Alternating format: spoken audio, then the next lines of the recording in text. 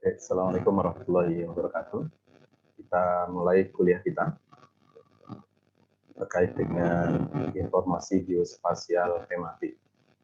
Jadi kalau minggu kemarin kita sudah membahas tentang konsep dasar, ya konsep dasar dari informasi geospasial secara umum. Kemudian kita sudah mulai masuk juga ke uh, informasi geospasial tematik.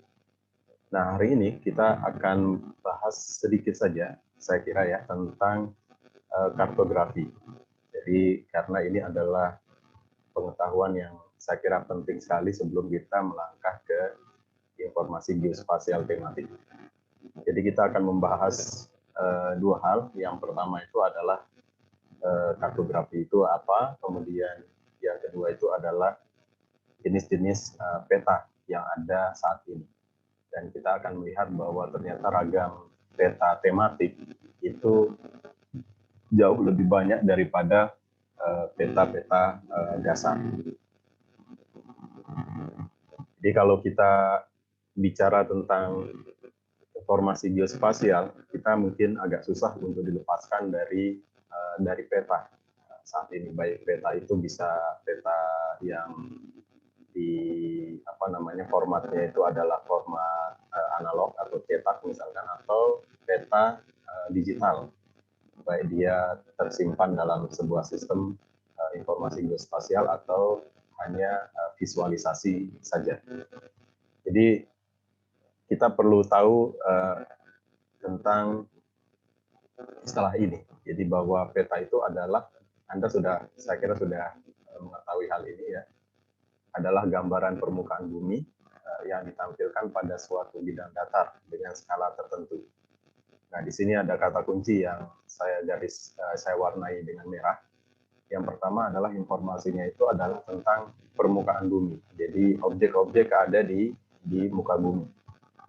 Kemudian yang kedua itu adalah dia ditampilkan itu pada bidang datar. Ini juga nanti menjadi sedikit membuat bingung bagi rekan-rekan yang mungkin di luar bidang geospasial atau misalkan PWK atau sipil gitu ya. Jadi bahwa semua informasi yang ada di peta itu adalah di bidang data. Jadi kalau kita misalkan punya data, misalkan jarak antara sebuah titik dengan titik yang lain, itu adalah jaraknya adalah di jarak data. Ketika kita di lapangan belum tentu jaraknya seperti itu. Jika misalkan ternyata permukaan tanahnya itu tidak datar, jadi ternyata misalkan dia miring, maka jarak antara dua titik itu akan lebih panjang dibanding dengan jaraknya ketika ada di bidang datar. Kemudian yang ketiga, kata kuncinya itu adalah ada skala. Nah, ini juga yang membedakan antara peta dan bukan peta.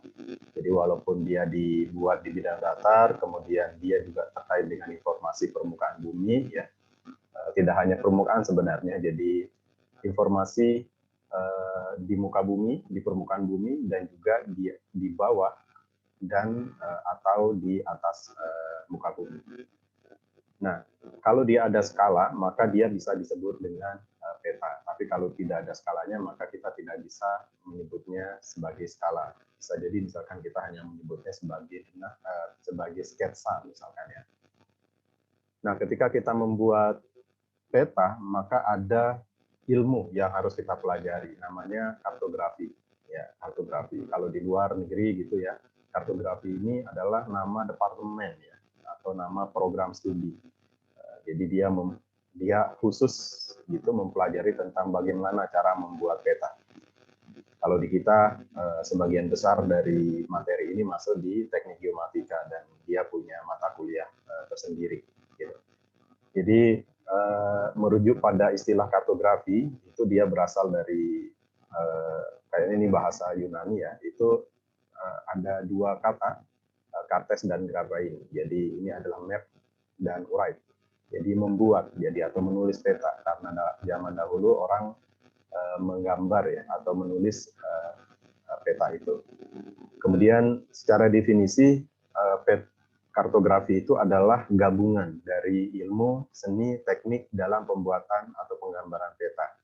Nah, ini juga kalau kita perhatikan ya, kalau zaman dahulu ya mungkin 20 tahun lalu ketika misalkan saya mahasiswa gitu, ketika kita mengikuti materi kartografi atau terkait dengan pembuatan peta apapun mata kuliahnya, teman-teman itu banyak membawa apa namanya kertas kalkir gitu ya, kertas kalkir sama dengan teman-teman arsitek, karena kita menggambarnya di kertas kalkir itu.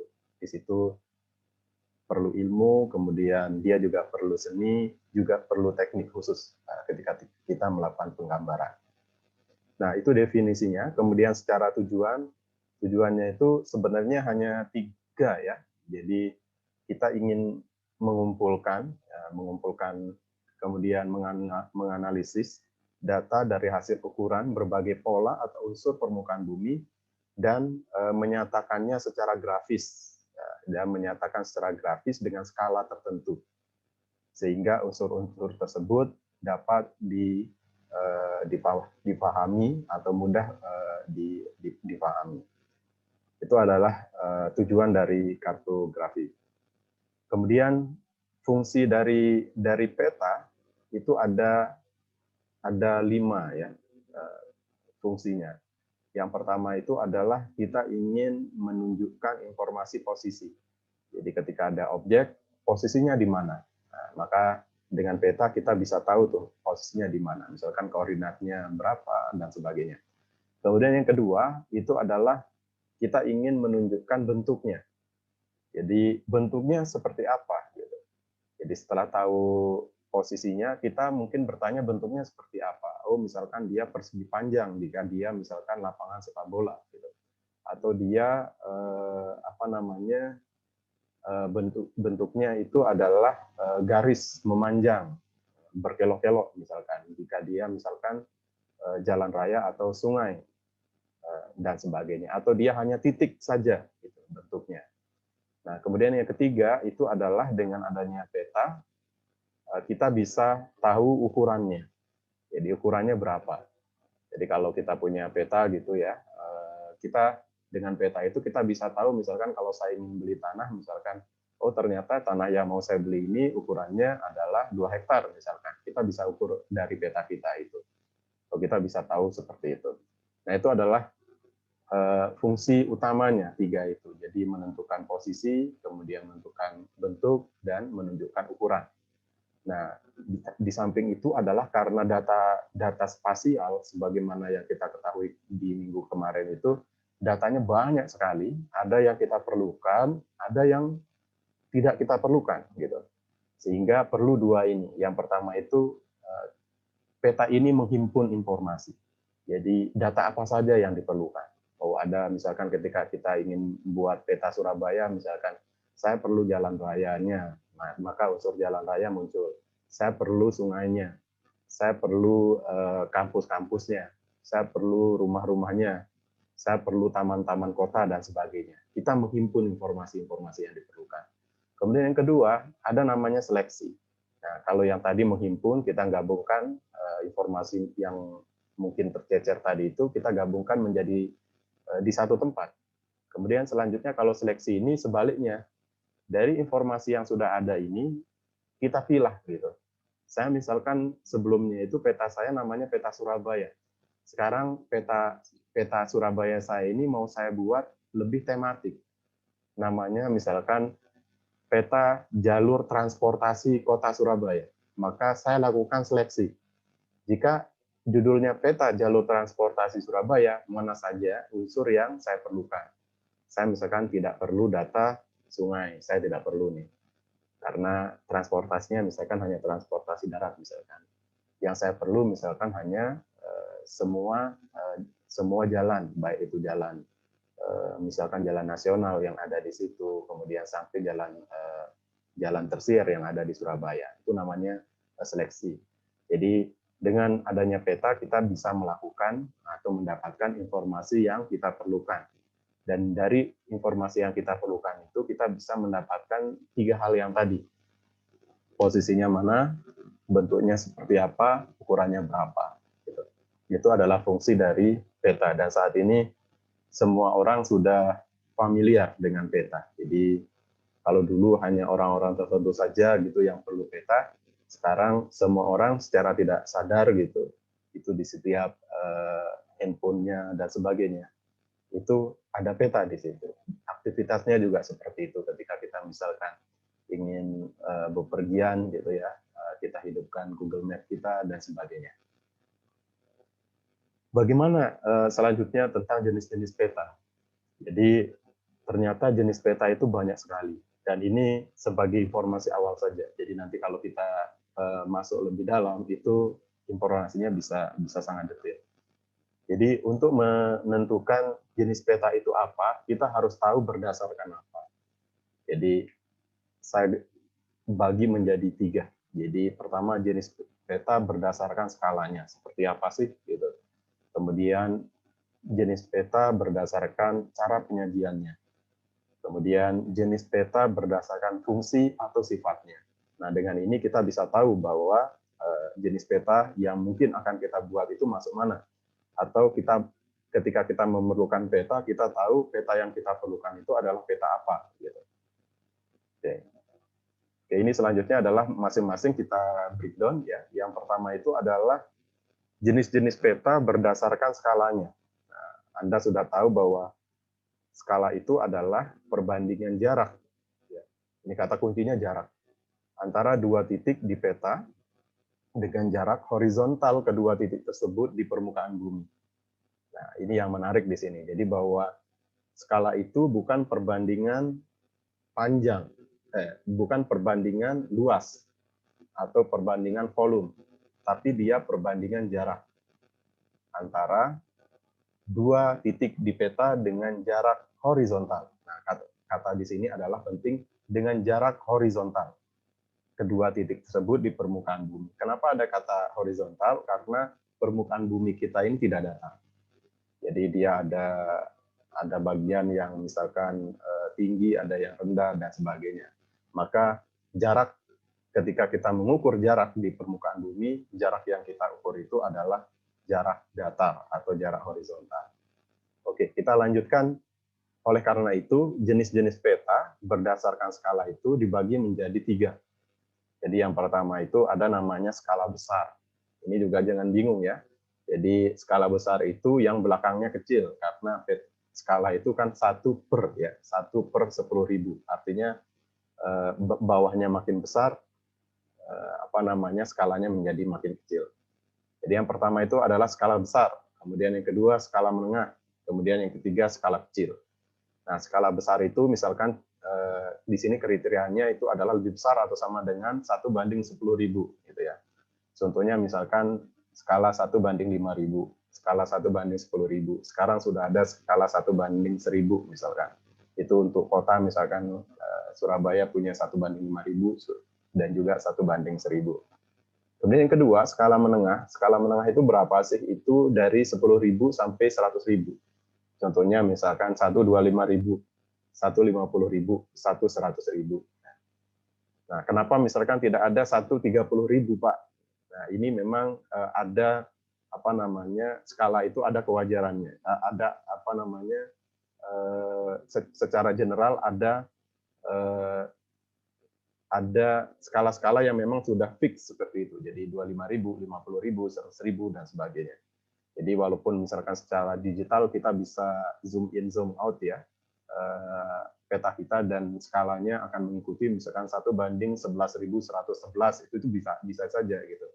Tapi ketika kita merujuk pada skala hasil cetak misalkan atau dokumen digital yang siap dicetak, misalkan sudah dalam bentuk PDF dan sebagainya, itu skalanya sudah ditentukan. Skala-skala yang umum dikenal. Jadi 1/1000, 1/5.000, 1/10.000. Kemudian yang menengah itu 125.000, 150.000, 100.000. Nah, bagaimana dengan yang kecil? Itu adalah yang lebih kecil dari 1/100.000. Contohnya misalkan atlas kita, misalkan 1/2,5 juta, misalkan peta NKRI. Kemudian 1/500.000, kemudian 1/1 juta dan sebagainya. Nah, di sebelah kiri ini adalah cara penyajian skala. Jadi penyajian skala itu ada 3. Satu itu menggunakan numerik, ya ada angkanya, 1 banding berapa gitu. Kemudian atau 1 in sama dengan 250 mil. Itu artinya 1 in di peta sama dengan 200 mil di lapangan. Begitu. Ada juga penyajiannya itu menggunakan deskriptif, jadi ditulis. Jadi 1 milimeter di peta sama dengan berapa. Jadi dia ditulis seperti itu. Tapi yang paling umum itu adalah saat ini hanya 2 yang paling banyak dipakai. Jadi yang numerik, yang angka tadi itu 1 banding berapa. Atau kalau di digital sekarang itu yang banyak dipakai itu bukan numerik sebenarnya saat ini. Yang banyak itu adalah grafis. Jadi ada bar grafis seperti ini. Jadi kalau kita lihat dia bergerak, jadi misalkan 1 bar ini 1 bloknya berapa, misalkan 5 km dan sebagainya. Itu lebih mudah untuk dipahami. Dan ketika kita misalkan memindahkan dari peta digital ke peta analog, kita print dan sebagainya, itu bisa jadi yang grafis ini lebih menjamin skalanya benar. Jadi kalau misalkan skalanya Anda bikin peta gitu ya, skalanya skala numerik 1:1.000.000, untuk dicetak misalkan di kertas A0 gitu, kemudian teman Anda itu nggak ngerti bahwa dia harus dicetak A0, dia dicetaknya misalkan di A4, maka skala yang tadi ditulis itu tidak bisa dipakai atau dia menjadi keliru. Gitu. Oke, bagian kedua itu adalah jenis peta berdasarkan cara penyajiannya. Ini hanya ada 2, jadi ada namanya peta garis, kemudian ada namanya peta foto. Jadi yang kiri ini adalah peta garis, yang kanan ini peta foto. Jadi kalau peta garis itu adalah dia representasinya itu adalah garis atau grafis hitam putih atau berwarna saja. Kemudian kalau foto itu dia dalam bentuk fotografi atau hasil foto udara atau dia berasal dari citra satelit.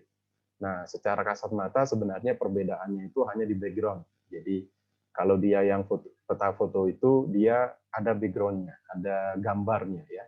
Dan di atas gambar ini dia sebenarnya sekarang bisa ada garisnya. Jadi ini bisa digabung. Jadi ada jalan raya dan sebagainya itu bisa ada garisnya. Oke, selanjutnya adalah berdasarkan fungsi dan sifatnya. Ini mungkin yang agak banyak ya. Yang pertama itu kita sebut sebagai peta topografi. Ini juga mungkin kalau kita merujuk ke undang-undang IG yang kemarin kita bahas itu hanya ada 2 sebenarnya. Jadi yang pertama itu adalah peta dasar dan peta tematik. Nah, ini adalah istilah umum yang saya kira perlu juga kita pahami ketika misalkan teman kita berbicara menggunakan istilah ini, kita bisa mengerti bahwa maksudnya apa. Jadi yang pertama itu adalah peta topografi. Jadi ini adalah peta yang memperlihatkan posisi horizontal dan vertikal dari unsur buatan atau alam. Kemudian kalau yang tematik, kita akan banyak bicara yang ini nanti tematik, itu yang peta yang menyajikan tema tertentu dari unsur yang ada di muka bumi. Kemudian yang cat, itu adalah peta yang berisi data atau informasi terkait unsur navigasi atau keselamatan, transportasi, baik itu di laut maupun di udara. Jadi ini kalau ada teman kita misalkan yang dari kelautan dan sebagainya, itu mungkin dia memerlukan ini. Dan di kita juga di Geomatika ada alumni-alumni kita yang bekerja di militer, jadi ada yang di angkatan laut, ada yang di angkatan udara dan sebagainya. Dan kelebihannya itu di pemahaman terkait dengan cat ini. Nah, bagian pertama jenis peta tadi itu adalah peta topografi. Jadi ada kira-kira 4 istilah di sini. Yang pertama adalah topografi itu sendiri. Itu ya, jadi ini menyajikan beberapa unsur permukaan bumi di darat dengan informasi ketinggian. Jadi ada informasi ketinggiannya. Kemudian yang kedua itu adalah peta planimetrik. Itu sama dengan peta topografi, tetapi dia tidak ada informasi ketinggiannya. Jadi dia plan aja, horizontalnya. Kemudian ada peta batimetrik. Nah, peta batimetrik ini adalah menyajikan data kedalaman pantai atau laut. Jadi pemetaan dasar laut. Ya, ini juga di teknik geomatika kita ada surveinya sendiri, survei hidrooceanografi namanya, dan banyak juga alumni yang bekerja di bidang ini. Kemudian yang terakhir peta teknik, misalkan teman-teman yang bekerja menggunakan skala besar itu dia menggunakan peta teknik. Ini menyajikan data untuk keperluan pekerjaan rekayasa sipil. Kemudian bagian kedua 3B, jadi peta itu, jadi yang pertama topografi. Jadi kalau kita mengacu yang ini ya topografi, kemudian yang bagian B itu adalah tematik ya. Ini mohon maaf tidak tertulis 3B-nya itu adalah tematik. Jadi peta tematik itu macam-macam ketika kita menyajikannya ya. Jadi sebenarnya peta tematik itu merujuk petanya, nama petanya, misalkan peta jalan, peta kependudukan, dan sebagainya. Dan ini adalah cara menyajikannya. Jadi misalkan cara menyajikannya itu adalah berdasarkan diagram, kita sebut peta diagram. Jadi 2 atau lebih tema yang berelasi disajikan dalam diagram proporsional. Nanti kita lihat contohnya. Kemudian kedua, kloroplet. Ini ringkasan distribusi kuantitatif dengan basis area atau basis administratif. Nah, ini teman-teman kita yang di statistik ini harusnya banyak mempelajari yang ini. Jadi kalau saya punya data statistik, misalkan saya bisa buat petanya menggunakan cara penyajian yang kloroplet ini. Kemudian yang ketiga itu adalah peta distribusi. Ini menunjukkan simbol titik kuantitatif. Jadi makin besar titiknya, misalkan dia berarti secara kuantitatif makin besar. Nanti kita bisa lihat contohnya juga. Kemudian peta dasimetrik, ini sama dengan kloroplet, tetapi dia menggunakan basis area yang disurvei. Jadi kalau yang kloroplet itu berdasarkan batas administrasinya, misalkan batas desa, batas kecamatan, dan sebagainya. Kalau dasimetrik ini berdasarkan basis area yang kita tentukan, yang kita pakai ketika kita survei. Kemudian yang selanjutnya adalah kromatik. Kromatik itu adalah peta distribusi secara kualitatif, gitu ya. Kemudian peta isoline, ini dia menunjukkan nilai numerik secara kontinu. Biasa kita sebut sebagai isobar juga ya. Contohnya adalah isobar. Kalau ini isobar ini adalah titik-titik yang memiliki tekanan ya yang sama, tekanan udara yang sama.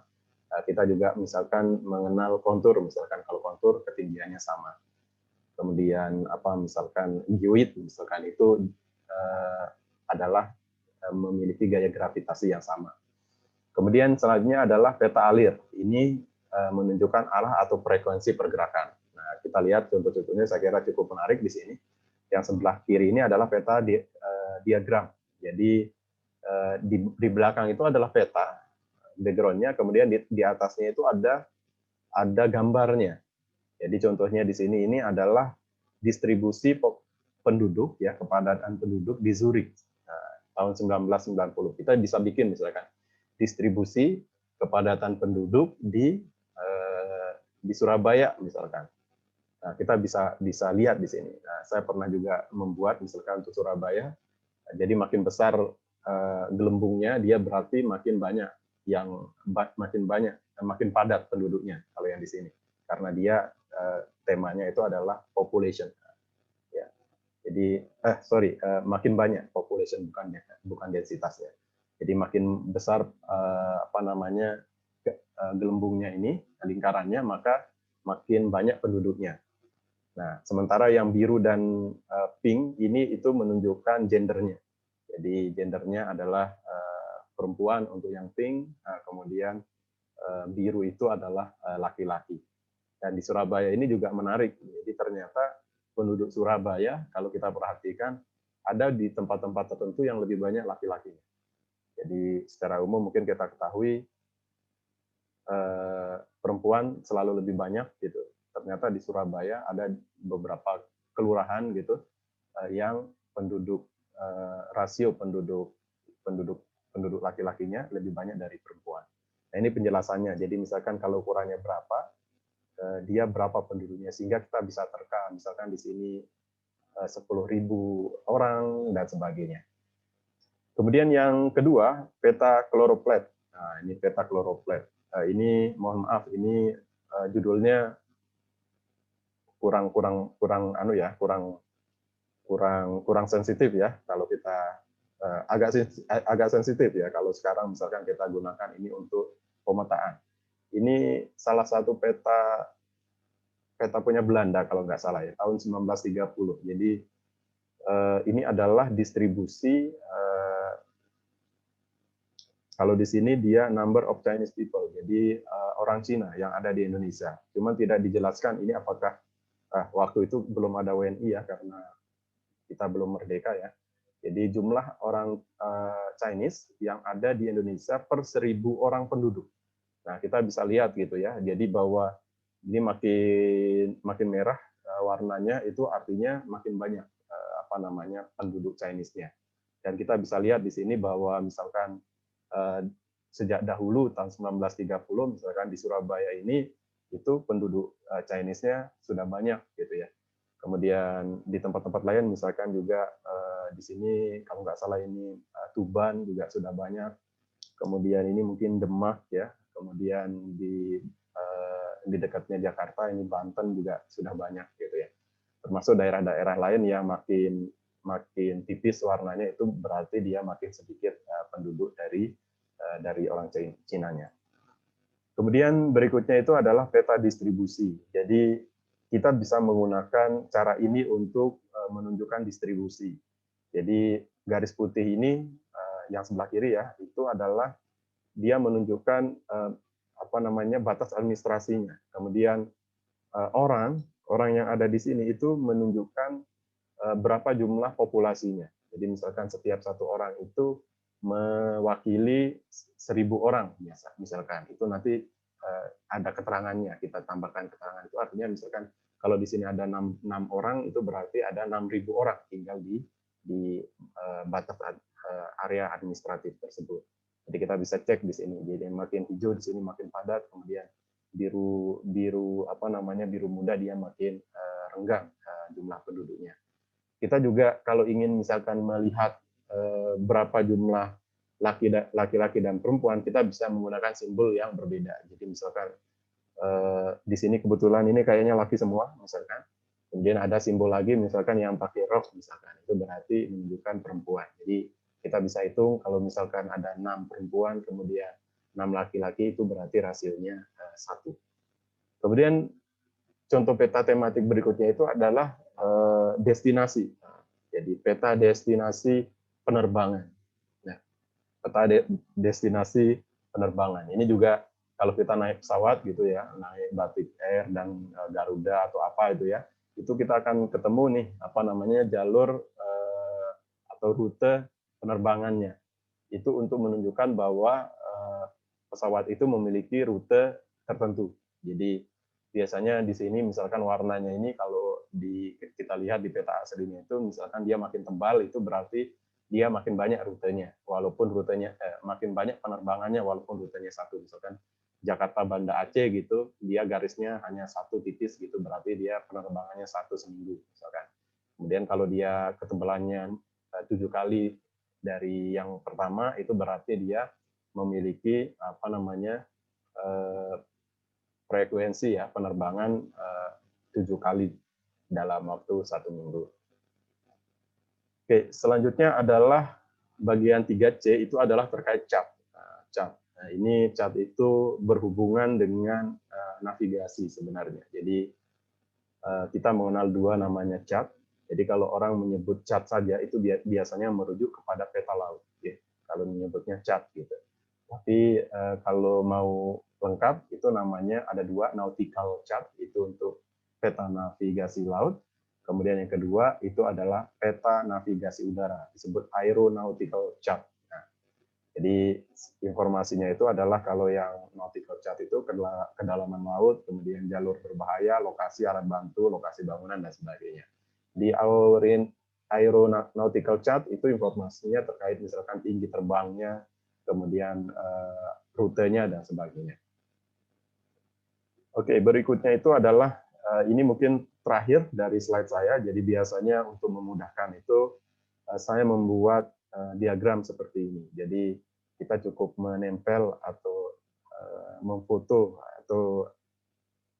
atau naruh misalkan gambarnya ini di HP kita misalkan sebagai background, itu kita bisa belajar dari sini semua isi materi tadi. Jadi jenis peta itu berdasarkan skala, fungsi, dan penyajian itu apa saja.